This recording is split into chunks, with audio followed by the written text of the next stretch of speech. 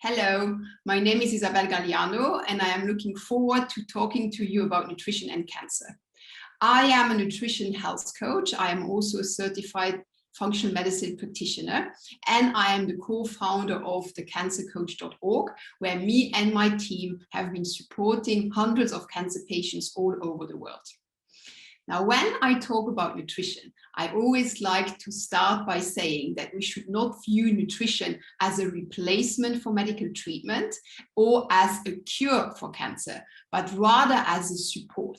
So nutrition can be really very helpful, not only to prevent cancer, but also to enhance the healing process and to reduce the risk of your cancer coming back. Also to just make your life a little bit easier when you go through cancer treatment, because it does have an impact on the side effects of cancer treatment. So I have my notes here with me because there is a lot I want to talk about. And I really would like you to understand all the ways in which nutrition does have an impact on a healing journey for a cancer patient. So let's start by saying that the way you eat definitely affects your immune system. So if you have a diet full of a variety of minerals and vitamins, it will have a positive effect on your immune system. On the contrary, if you tend to eat all the time foods that are lacking in nutrients, that are very high in processed food, very high in sugar, it will have a negative impact on your immune system. So that is one very important aspect to understand. So one thing that you can do, is to add in your daily intake of food a lot of natural food, whole food, like foods that are as close as possible to nature, as opposed as foods that are pre-packaged and that are highly processed. So I always like to encourage people to eat a lot of vegetables, a lot of pulses, legumes. And if there is one change that you can start doing, is that whatever you eat, try to have half of your plate full of vegetables of lots of different colors. That would be already a very good step towards having more minerals and vitamins in your daily food intake. Now, that's not the only effect that nutrition can have on the healing process, but nutrition also affects inflammation levels in our body. And it is important to understand that a lot of diseases are actually the result of chronic inflammation. So chronic inflammation is really the precursor of many diseases, including cancer. And also cancer is as such an inflammatory disease. Adding to that, lots of cancer treatments, like for example, chemotherapy or radiotherapy, add additional load of inflammation to our body. So what we want to do in terms of inflammation is to make sure that you have a diet that doesn't exacerbate inflammation levels in your body, but on the contrary, that tends to reduce inflammation levels in your body. So let me give you a few examples. So the foods that are known to be inflammatory for us are, for example, alcohol. Alcohol is definitely an inflammatory food that you want to avoid, specifically if you are going to treatment. But then also sugar is known to be inflammatory for our body. So if you consume excess sugar in your daily diet, and specifically also processed sugar, it will add inflammation in your body, which is not good, again, in terms of preventing disease, but also it's not the best environment to enhance and promote healing. Other foods that typically do increase inflammation levels in your body are fast food, but also gluten can have a tendency to enhance inflammation, specifically for those who have sensitivity to gluten. Dairy is also a food that can enhance inflammation levels in your body. So it's again something to reduce in your daily life. Specifically, cow milk is something that has been shown to have higher levels of to have a negative effect on inflammation levels in your body. And then another food that should be avoided is all the processed food. and all the processed oils. So when you cook, it is important to make sure that you are cooking with healthy oils and that you avoid all the processed oils, you know, the one that you buy like in a plastic bottle and that look very yellowish, like the canola oil, the sunflower oil, the safflower oils. All of these also tend to increase inflammation levels in your body. Why is that so? Because all these foods are also very high in omega-6, who tends to increase the inflammation. And I wanted to just go back a little bit to sugar.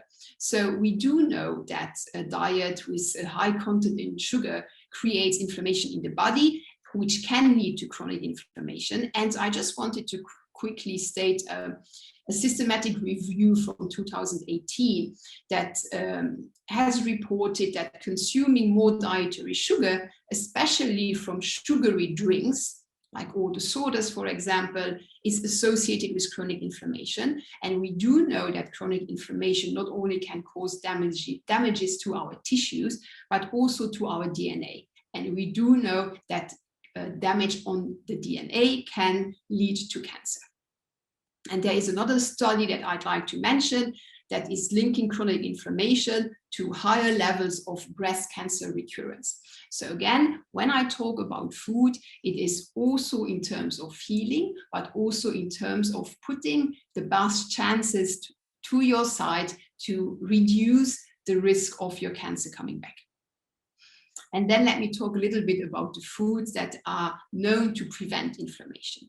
So we talk about avocados, for example, green leafy vegetables, all the broccoli, cauliflower, cabbages, but also the fruits and vegetables that are orange in color, nuts and seeds, and then turmeric, for example, ginger, extra virgin olive oil, cinnamon, garlic, onion, berries. So there are lots of foods that are really good for you and that you should increase in your everyday life. Now, the third aspect I wanted to mention is how nutrition can support detoxification. So it is, again, important to understand that in our everyday life, we are all the time exposed to different toxins and chemicals. And it's actually quite difficult, you know, not to be exposed to it. So what we try to do, and specifically for those of you who are going through cancer right now, is I always try to have two different strategies when I talk about detoxification or toxic load. So first of all is to try to avoid your additional exposure to toxins through food. So try to avoid, you know, all the added substance in the food, all the chemicals. And the best way actually to look at it is if you go to the supermarket and before you buy a packaged food, you know, just have a look at the ingredients list. So the more you have terms that are very complicated that you might not even be able to read and for sure not understand, all the ones that start with E. So the more you have all these additives, these chemicals, the more you need to avoid it. Another way to reduce your toxic load in terms of nutrition is to try to eat more organic fruits and vegetables. Now, this is always a little bit, you know, a specific topic because sometimes organic food is just not available and sometimes organic food is also very much more expensive. So it's important to understand that it's still better to eat fruits and vegetables that are not organic instead of not eating any vegetables and fruits. So that is an important point to make. But if you have the possibility to choose some organic foods, that would be also helpful in reducing your toxic load. But not all foods or vegetables are made equal in terms of toxic load. So all those who have actually a very thick skin that you usually do not eat are not necessarily, there is no need actually to buy it organic. So for example, I'm thinking of bananas, avocado, pineapples, corn, you know, so all of those that have quite a thick shell around them and that you won't eat the shell or so that the toxins and the chemicals don't really enter them that much in the food. On the other hand, all the fruits and vegetables that have kind of a thinner layer, a thinner skin, those are the ones that it's important, that to invest in organic. And I'm thinking of, for example, all the green leafy vegetables, but also all the fruits from the berries family, like the strawberries. These are things that, they have a very thin skin, and also you don't tend to peel them. So you will eat it with the skin, which actually contains the most toxicity. So these are a few guidelines, in terms of what foods to buy organic and which food are not necessarily, it's not necessary to buy organic.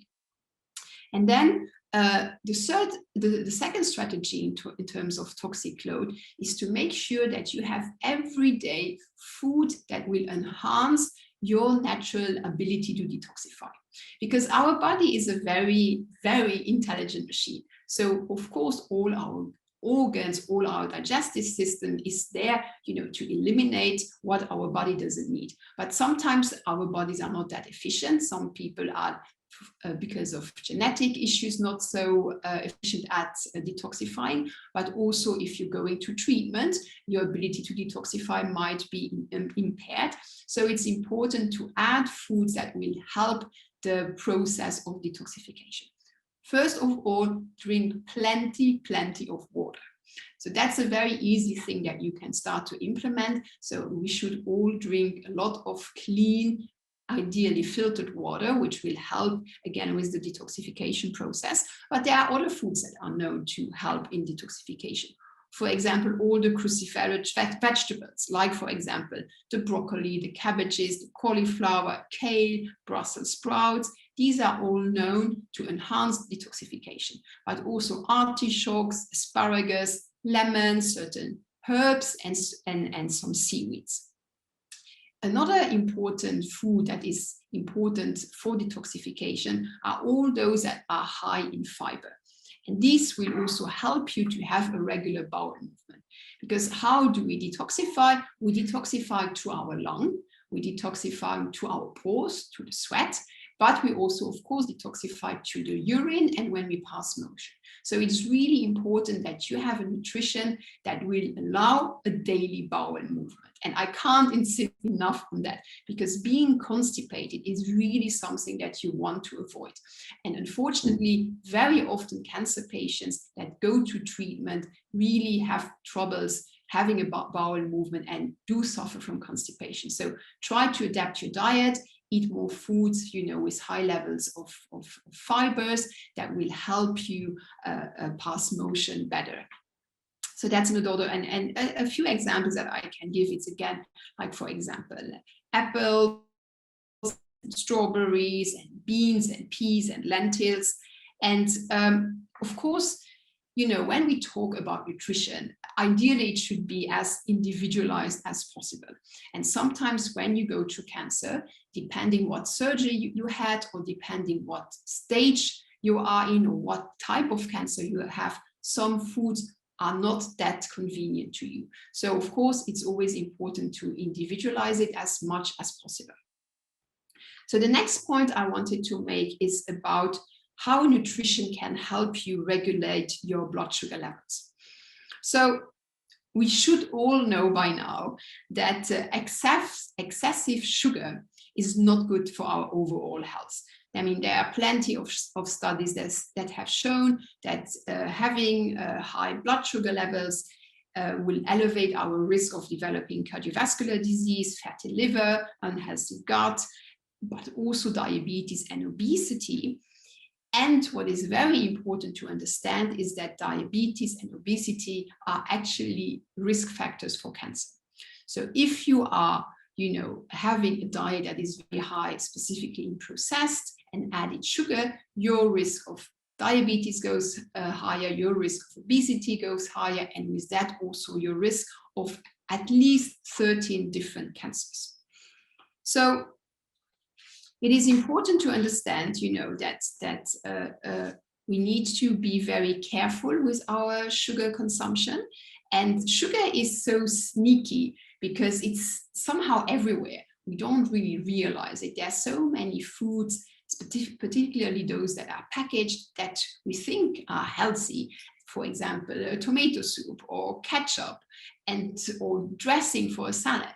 But when you go and look at the ingredient list, you actually realize that the sugar intake that you would have would be quite high. Also be cautious with all the low fat, non-fat kind of produced. The fat is very often replaced by added sugar, which doesn't make it healthy at all. And on the contrary, it's also something that you should avoid as much as possible.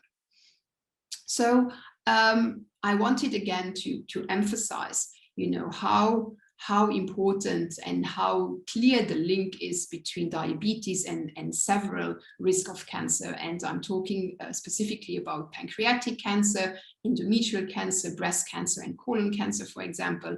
But another study has also shown a very clear link between diabetes and increase of cancer mortality.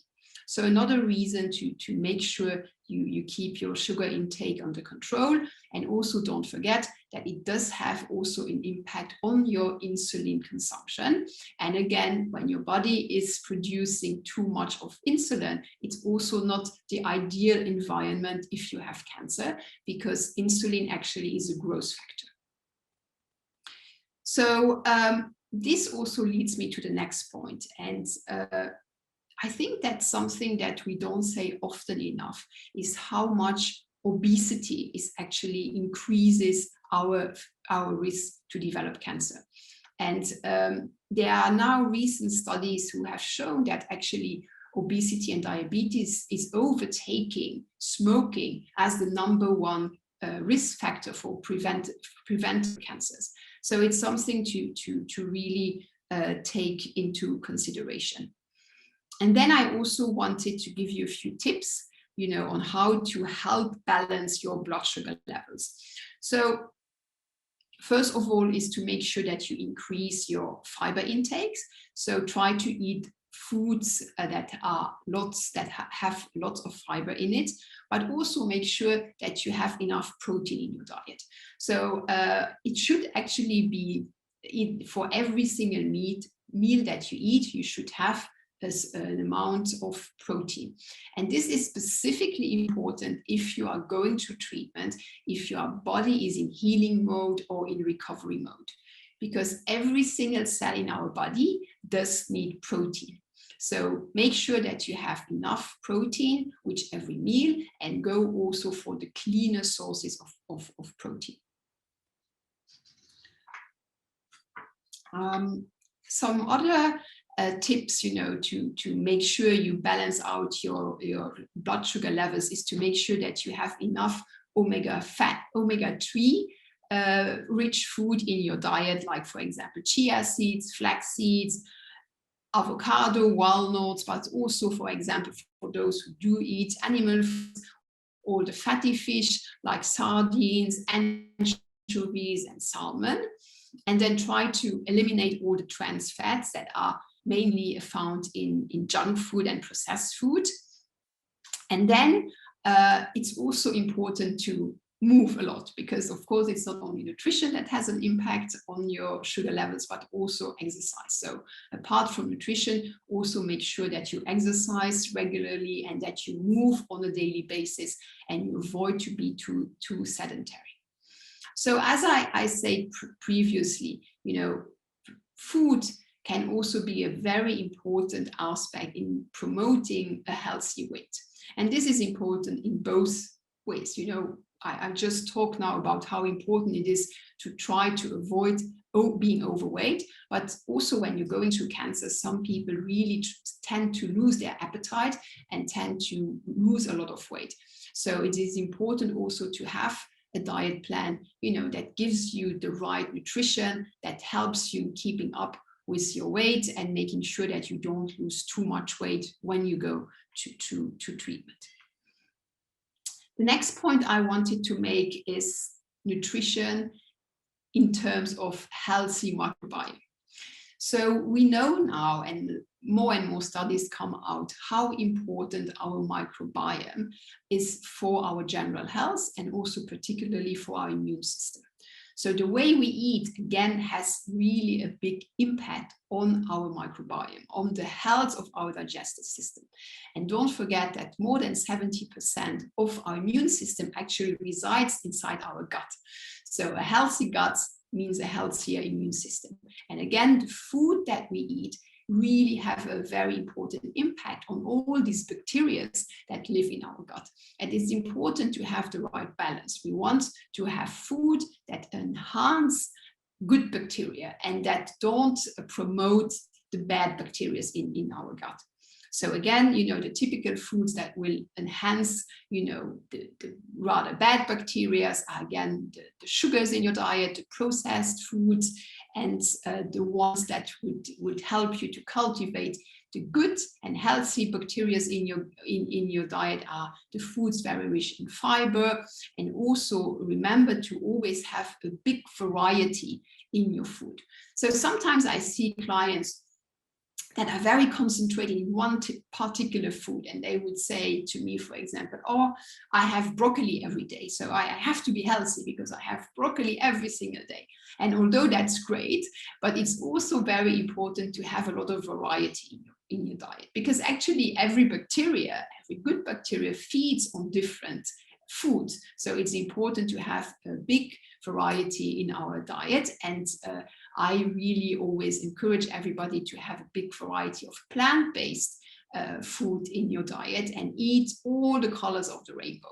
And when I talk about plant-based, I don't necessarily mean that everybody should completely change to plant-based diet, but it is definitely a good thing to do for your health to add more plant-based diet and to reduce animal products in your daily food. Animal products is something that should always be more like a side dish, not like the main dish.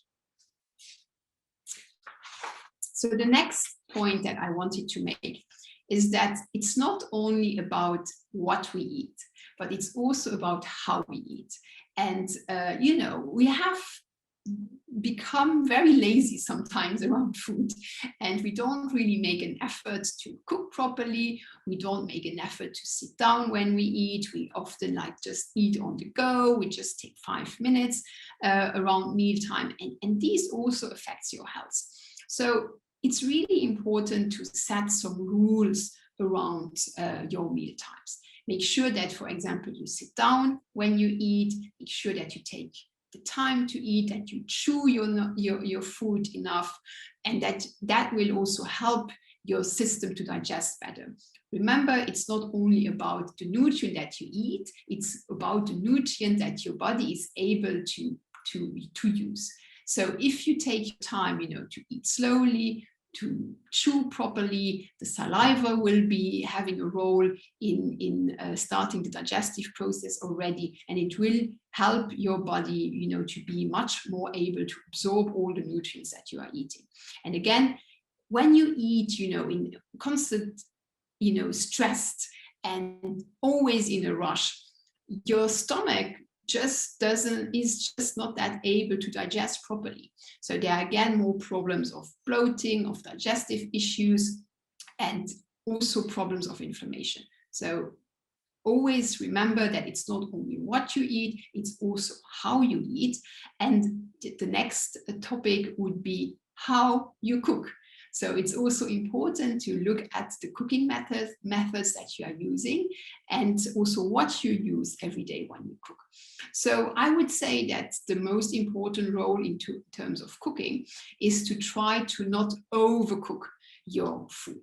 And there are, again, many studies that have shown that, for example, meat that has been overcooked, like on the barbecue or grilled, for example, as soon as it becomes like dark brown, kind of black, it becomes actually carcinogen. So really try not to overcook your food. And it's not only meat, it's also starchy vegetables, like, for example, sweet potatoes and even bread.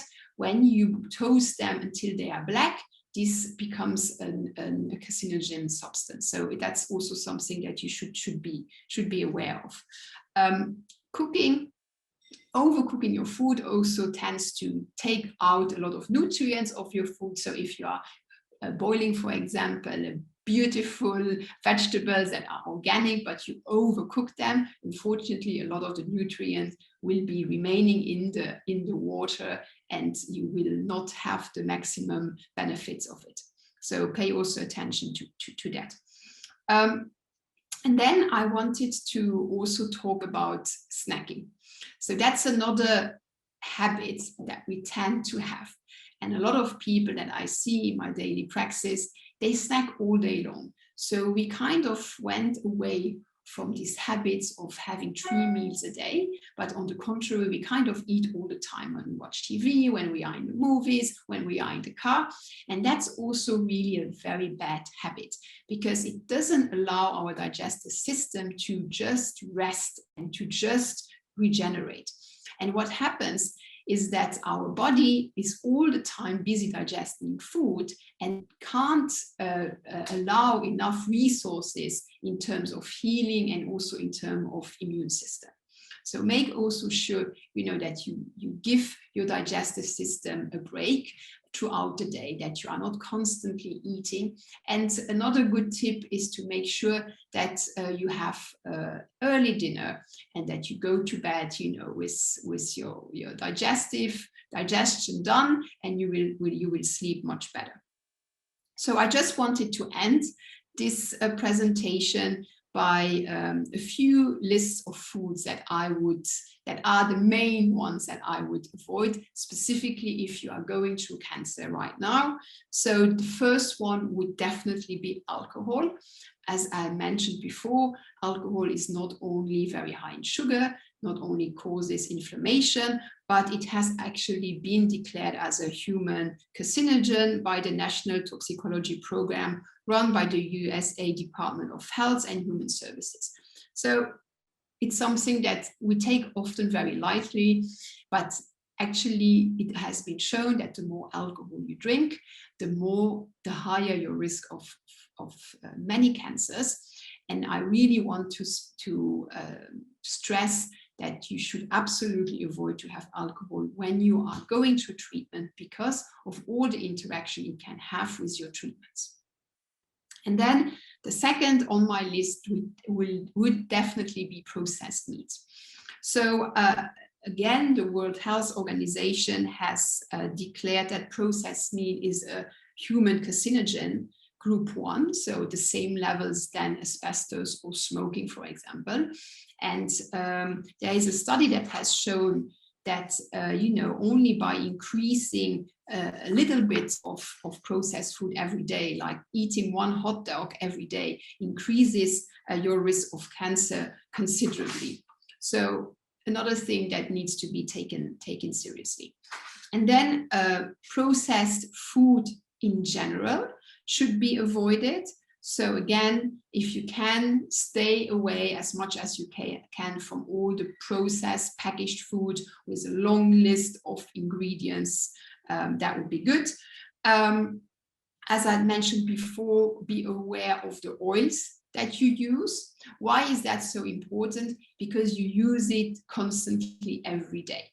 So every time you cook, you usually use oil. So it's important that it's a good quality oil because of the frequency that you will have it in your food intake.